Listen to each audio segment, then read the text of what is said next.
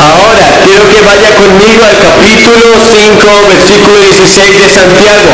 Capítulo 5, verso 16 de Santiago.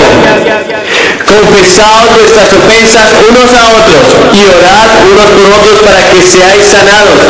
La oración eficaz del justo puede mucho. Elías era un hombre sujeto a pasiones semejantes a las nuestras y oró fervientemente para que no lloviese, y no llovió sobre la tierra por 3 años y 6 meses. La oración eficaz del justo puede mucho. Esta noche vamos a hablar de la oración eficaz. Y si hay una oración eficaz, también hay una oración inútil. Y en un mundo como el que vivimos, un mundo caído, una creación caída, llena de males, llena de angustias, de enfermedades, de tormentos, de preocupaciones, de vicisitudes, de problemas, qué importante e imprescindible es para un hijo de Dios y un cristiano aprender a orar eficazmente. Y la receta de una oración eficaz está en la Biblia. Ahora se nos habla de un hombre que hizo oraciones eficaces, y ese hombre era el profeta Elías. Quizás no conozcan la vida de Elías tan profundamente, pues déjame decirte que Elías fue uno de los personajes más interesantes y vistosos en toda la Biblia, y Dios lo utilizó durante un periodo muy importante de Israel para oponerse al mandato de un rey malvado y traer un gran avivamiento a Israel. La vida de Elías estuvo llena de mucha confusión. A veces fue valiente y decidido, y otras veces era temeroso y vacilante. Alternadamente él demostró victoria y derrota en su propia vida. Elías conoció el poder de Dios como la depresión. Ahora, ¿por qué quiero hablarles de Elías esta noche? Porque dice allí en el verso 17 de Santiago, capítulo 5, que Elías era un hombre a pasiones semejantes a las nuestras. Para muchos de ustedes quizás hacer oraciones eficaces se puede convertir en un gran problema, porque se comparan con grandes personajes, se comparan con muchos ministros y piensan que ellos son mucho mejores que ustedes. Tú tienes celos, envidia, pleitos, a veces te sientes deprimido, angustiado, a veces sientes que no tienes ninguna clase de fe en tu vida, muchas veces sientes que has perdido la paciencia, y en ocasiones te sientes muy alejado de Dios a causa de las pasiones que hay en tu propia vida. Pues tengo buenas noticias para ti, porque este hombre Elías, un hombre que conoció la depresión, un día quería y ansiaba morirse porque una mujer lo había amenazado, ese mismo hombre también un día estaba enfrentando a un imperio, a un rey, a un ejército, a unos profetas llenos del poder de Dios. Elías conoció tanto el poder de Dios y la victoria como la derrota y la depresión, pero aún así, en esa condición y estando a pasiones semejantes a las nuestras, hizo una oración eficaz, tan eficaz que la oración del profeta Elías, que durante 3 años y 6 meses no llovió en ningún lugar de la tierra, simplemente porque este hombre oró eficazmente. Y si Elías pudo orar eficazmente, tú también puedes orar eficazmente, independientemente de los deseos y situaciones y lo que estés viviendo en tu propia vida y aún en tu propia casa. No importa la situación que estés, la oración eficaz del justo puede mucho, y puedes hacer oración eficaz en esta noche si tan solamente entiendes lo que Dios está pidiendo de ti para que esa oración sea eficaz. En primer lugar, una oración eficaz es aquella que se hace intensamente, fervientemente, profundamente. En el verso donde leímos dice que Elías era un hombre sujeto a pasiones semejantes a las nuestras, verso 17, capítulo 5 de Santiago, pero oró fervientemente para que no lloviese sobre la tierra, y no llovió por 3 años y 6 meses. Elías oró fervientemente. La oración eficaz primero tiene que ser intensa, ferviente y profunda. Nos dice la Biblia en el libro de Lucas, capítulo 22, verso 24, Evangelio de Lucas, capítulo 22, verso 44, que Jesús, en medio de su más profunda angustia, cuando estaba en el monte de los olivos, en medio de esa situación tan tensa, sabiendo que pronto iba a ser maltratado, torturado y aún iba a ser crucificado, en su dolor, en su angustia, en su tiempo más difícil desde que había nacido hasta ese momento que estaba en la tierra, él oraba intensamente. Tan intensa era su oración que parecía que de su sienes, de su frente, salían como grandes gotas de sangre mezcladas con sudor. Escuchen bien, grandes mezcladas con su sudor, porque Jesús estaba orando intensamente. Oh, la oración eficaz intensa tiene poder. ¿Cuántas veces no vamos a orar como si estuviéramos hablando simplemente un poco de palabras dadas al aire, sin ninguna clase de conocimiento o locuacidad? ¿Cuántas veces nuestras bocas están hablando palabras, pero nuestra mente está lejos de esa boca? Nuestra mente y nuestro corazón están vagando y divagando en muchos quehaceres, porque muchas veces hemos aprendido a orar como un hábito, hemos aprendido a orar como un rezo, hemos aprendido a orar, pero no lo hacemos intensamente, porque mientras nuestros labios están pronunciando quizás oraciones muy elocuentes, muy vistosas, nuestra mente quizás está pensando en qué tendremos que hacer mañana, qué clase de traje nos vamos a poner, o a qué horas tenemos que llegar a la oficina, o las cuentas que tendremos que pagar, o incluso en qué sermón tendré que predicar. Y entonces nuestra oración no es intensa, no tiene valor, dista mucho de la intensidad con la que Jesús oraba, porque algo es lo que está diciendo nuestra boca, pero nuestro corazón está lejos de esa oración. Pero Jesús oraba intensamente, todo su ser, su espíritu, su alma y su cuerpo estaban enfocados en pedir: Padre, si quieres de mí, pasa esta copa, pero no se haga lo que yo quiero, sino tu voluntad. Pero también nos dice la Biblia que Elías oró fervientemente. Elías oró fervientemente de tal modo que la tierra, el cielo produjo lluvia y la tierra dio fruto. Pero también para cerrar el cielo, dice Primera de Reyes, capítulo 18, verso 42, que Elías se postró en oración y se arrodilló y comenzó a orar largamente. ¿Sabes? La oración ferviente es aquella que nace del gemido, de un corazón que verdaderamente está comprometido a creer lo que está hablando con su boca. Pero también la oración tiene que ser profunda. Dice la Biblia, el primer libro de Samuel, en el capítulo 1, verso 10 al 11, que Ana en su amargura lloraba amargamente mientras oraba. Era lo más profundo de su corazón que estaba siendo expuesto ante el Dios Todopoderoso. Y cuando tú y yo hagamos oraciones de ese tipo, entonces esa oración va a ser una oración eficaz. Pero ¿cuántas veces nosotros le estamos hablando y nuestro corazón, nuestra mente están divagando?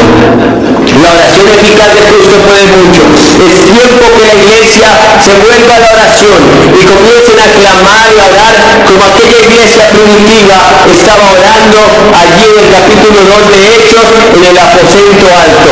Como aquella iglesia que cuando fue perseguida, dice allí en el capítulo 4 de Hechos, se unieron a orar. Tan ferviente fue la oración de aquellos discípulos, de aquellos primeros cristianos, que cuando terminaron de orar, dice la Biblia, que el lugar donde estaban tembló y todos fueron llenos del Espíritu Santo.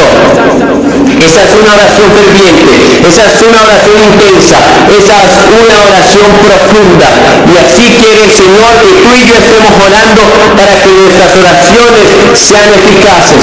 En segundo lugar, una oración que es eficaz debe estar llena de fe. Santiago capítulo 1, versos 6 y 7 dice: pero pida con fe, no dudando nada, pues el que duda es semejante a las ondas del mar, que son arrastradas de un lugar a otro. No piense pues quien tal haga que recibirá cosa alguna del Señor. Es necesario que tú y yo oremos fervientemente, pero también esté ese vínculo sagrado de la fe. Porque sin fe es imposible agradar a Dios. Porque sin fe es imposible que podamos entrar ante ese trono de gracia y conseguir las victorias que Dios tiene para su pueblo. Tú me dirás: Billy, bueno, yo no siento ni un poco de fe. Creo que la fe se esfumó de mí hace mucho tiempo. De hecho, creo que la perdí y ya no la podré encontrar. Como si hubiera criado alas y se hubiera marchado a vivir en un bosque muy lejano, el cual ya no puede encontrar. Pues dice la Biblia que a ti se te fue dada una medida de fe. Todos tienen una medida de fe. No hay nadie que no tenga una medida de fe. Dice en Romanos 12:6 que a ti te fue dada una medida de fe. Sea que lo sientas, sea que lo creas, sea que no veas esa fe en tu vida. Sin embargo, allí está tu fe. y saldrá justo cuando la necesites. Marcos 11:24 dice, y todo lo que pidas en oración, creed que lo recibiréis y os vendrá. Es necesario que en nuestros tiempos de oración tengamos nuestra fe y nuestra esperanza y todo nuestro sentido de oración puesto en lo que estamos clamando. Esa fe va a aparecer justo ahí cuando la necesites. Tienes esa medida de fe. Tú dirás, bueno, y quizás tienes mucha más fe porque haces grandes eventos, porque haces grandes cruzadas, porque multitudes vienen cuando predicas. Pero cada uno de nosotros tiene una medida de fe y el tamaño de la fe realmente no importa. Pues el mismo Jesucristo dijo que si tuvieras fe como un grano de mostaza, que es la más pequeña de todas las semillas, esa fe produciría grandes milagros, de tal modo que trasladarían los montes de un lugar a otro sin no dudarem. Hay que reprender la duda cuando estemos clamando y orando, y entonces esa fe saldrá, comenzará a producir milagros en el momento en que tú empieces a orar fervientemente, a clamar, a participar en tu oración llena de fe. Pero en tercer lugar, una oración que es eficaz es aquella que se hace con un corazón limpio. Y dice en primera carta de Timoteo, capítulo 2, verso 8, levanten manos santas sin ira ni contienda. Quiere que los hombres oren en todo lugar levantando manos santas sin iras ni contienda. Muchas veces nuestras oraciones sufren estorbo porque en nuestros corazones, en nuestras manos, en nuestro ser hay contaminación de amargura, de ira, de contienda, de resentimientos. Y dice la Biblia, por ejemplo, que las oraciones de un esposo pueden ser estorbadas cuando él no vive en sana mansedumbre y trata como a vaso frágil a su esposa. En 1 Pedro 3:7 dice, vivan con sus mujeres con sabiduría, dando honor a sus mujeres y no las traten ásperamente para que sus oraciones no sufran estorbo. Y dice en Marcos 11:24, y cuando estén orando, perdonad si tienen algo contra alguien, para que nuestro Padre que está en los cielos también los perdone. Y dice en Hebreos 12:15, mirad bien, no sea que alguno deje de alcanzar la gracia de Dios, que brotando alguna raíz de amargura los estorbe, y por ella muchos sean contaminados. ¿Cuántas oraciones, quizás llenas de profunda intensidad, cuántas oraciones quizás muy fervientes y llenas de fe, han sufrido estorbo, porque en nuestro corazón hay resentimientos y hay amargura? Y allí dice en Hebreos 12 que la amargura puede hacer que yo deje de alcanzar la gracia de Dios. Y esto es tremendamente grave y peligroso, pues por la gracia de Dios, dijo Pablo, yo soy lo que soy. Pues por la gracia de Dios, dice en Hebreos 4:16, que podemos entrar dentro de la gracia. Pues por la gracia de Dios es que somos salvos. Por la gracia de Dios, que es un don, un favor, un regalo inmerecido, es que podemos tener cualquier cosa. Así que si nosotros no perdonamos a los hombres, tampoco el Señor nos perdonará. Y no importa cuán intensamente ores, no importa cuán profundamente ores, no importa cuánta fe tengas, tu oración sufrirá estorbo. Así que es necesario que nuestro corazón esté limpio para que podamos adentrarnos a la presencia del Señor y nuestra oración sea eficaz. Pero finalmente, el cuarto punto de una oración eficaz es que debe ser conforme a la voluntad de Dios.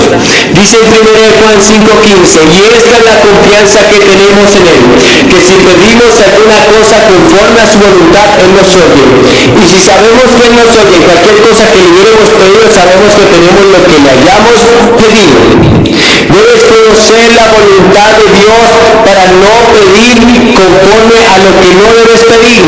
Debes pedir conforme a la voluntad de Dios para que obtengas lo que estás pidiendo.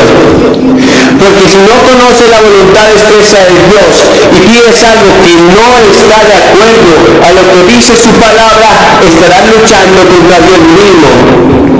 Pero esta es la confianza que tenemos en Él, que cuando pedimos alguna cosa conforme a su voluntad, Él nos oye. Tú me dirás, bueno, ¿cómo puedo conocer la voluntad de Dios? Bueno, la voluntad de Dios se expresa abiertamente en su palabra. mucho pueblo fue destruido porque le faltó conocimiento, pero si tú anhelas el conocimiento de Dios, si anhelas conocer la voluntad de Dios, entenderás que la palabra que está escrita, esa palabra que fue dada para ti, te guiará y te encaminará hacia dónde debes caminar y hacia dónde debes pedir. Así que vas a clamar conforme a la voluntad de Dios. Jesús mismo en Lucas 22:44 dijo: Señor, pero que no se haga mi voluntad, Padre, sino la tuya. Jesús le dijo al Padre: yo sé que puedes hacer cualquier cosa, pero que no se haga mi voluntad sino la tuya. Así que lo que pidas debe estar conforme a la voluntad de Dios. Si tú eres un hombre o una mujer soltera, no podrás pedir a esta persona que no es cristiana para ti si eres cristiano, porque entonces estarías en vivo desigual y Dios no te concederá eso. Debes pedir conforme a tu voluntad y debes conocer la palabra de Dios para pedir conforme a lo que Él quiere y desea darte. Quizás tú estás pidiendo algo que está en contra de lo que Dios quiere para tu vida. Es necesario entonces que vayas a la palabra de Dios y comiences a indagar cuál será la buena voluntad, agradable y perfecta para nosotros. Ahora, no puedes tener miedo a la voluntad de Dios, porque quizás algunos están pensando que la voluntad de Dios les va a gustar sus sueños, sus deseos y sus anhelos. Pues eso no es cierto. Les dice la Biblia allí en Jeremías 11:29 que los pensamientos de Dios para nosotros son de bien y no de mal, para darnos el fin que esperamos, y que los deseos del justo van a ser dados a aquellos que le aman. Deleítate a sí mismo en el Señor y Él te concederá los deseos de tu corazón. Así que si tú quieres ser una persona que ore eficazmente, también debe ser justo. Porque la oración eficaz del justo es la que puede mucho. Y la única manera de ser justificados ante Dios es aceptar a Jesús en nuestro corazón, recibirle como nuestro único y suficiente Salvador. Puedes tener todas las anteriores virtudes al momento de orar. Puedes orar intensamente, puedes estar lleno de fe, puedes tener un corazón limpio. Bueno, quizás eso es lo que crees. Y puedes orar incluso conforme a su voluntad, pero si no eres un hijo, si no has recibido a Jesús en tu corazón y te has arrepentido de tus pecados, tus oraciones no servirán más que para quizás ver cosas, pero no para producir el milagro más grande que es la salvación. Así que en esta noche recibe a Jesús en tu corazón, acéptale como tu único y suficiente Salvador. Pasarás de muerte a vida y tendrás algo más maravilloso que cualquier cosa que puedas obtener en esta tierra, el eterno y glorioso tesoro de la salvación.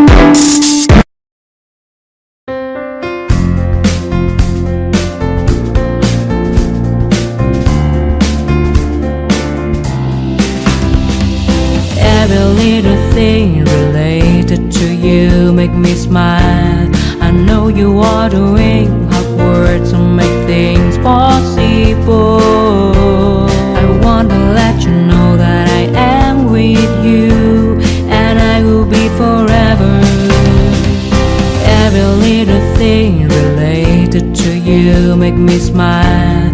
I know you are doing hard work to make things possible. I want to let you know that I am with you, and I will be forever.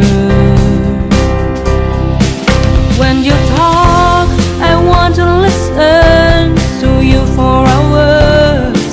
When you are there beside me, I feel like looking at you all the time. My love for you will never really change. Just want to tell you that you mean a lot to me.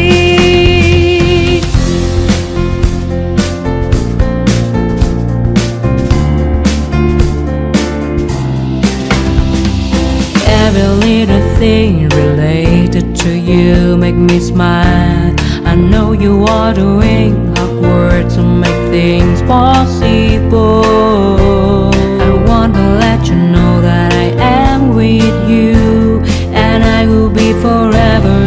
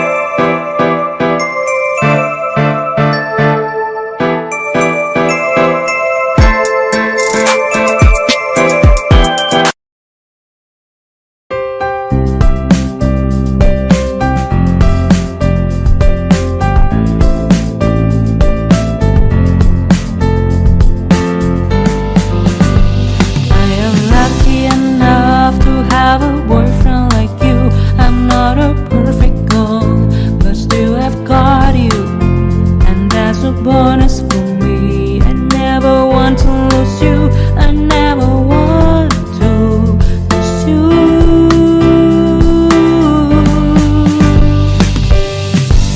You will not believe, but it is true when I say that you are the more important person in my life.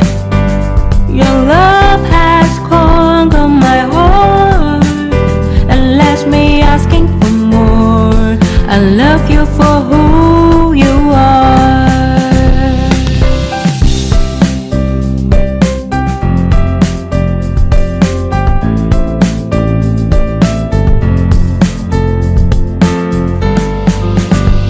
I am lucky enough to have a boyfriend like you. I'm not a perfect girl, but still I've got you, and that's a bonus for me. I never want to lose you. I never